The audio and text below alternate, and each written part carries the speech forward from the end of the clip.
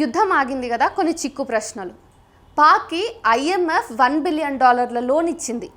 పైగా ట్రంప్ యుద్ధం ఆపండి అని 2 దేశాలకు చెప్పాడు. ట్రంప్ మాట విని మన వాళ్ళు ప్రెస్ మీట్ పెట్టి సీజ్ ఫైర్ చేస్తున్నామని అన్నారు. యుద్ధం ఆపడం మంచిదే, కానీ మధ్యవర్తిత్వం చేయడానికి ట్రంప్ ఎవరు? పాకిస్తాన్ మనతో డైరెక్ట్గా ఎందుకు సంధి చేసుకోలేదు? UNO ఏమైంది? మిగతా దేశాలు ఎందుకు ముందుకు రాలేదు?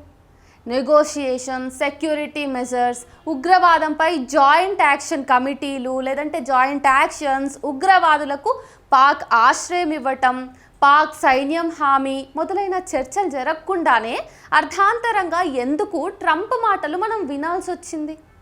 భారతదేశ సార్వభౌమత్వం ఇప్పుడేమైంది అంటే భారతదేశాన్ని పాలిస్తున్నటువంటి మోదీ ఈ విషయంలో నిర్ణయం తీసుకోలేనంత చేతగాని వాడయ్యాడా?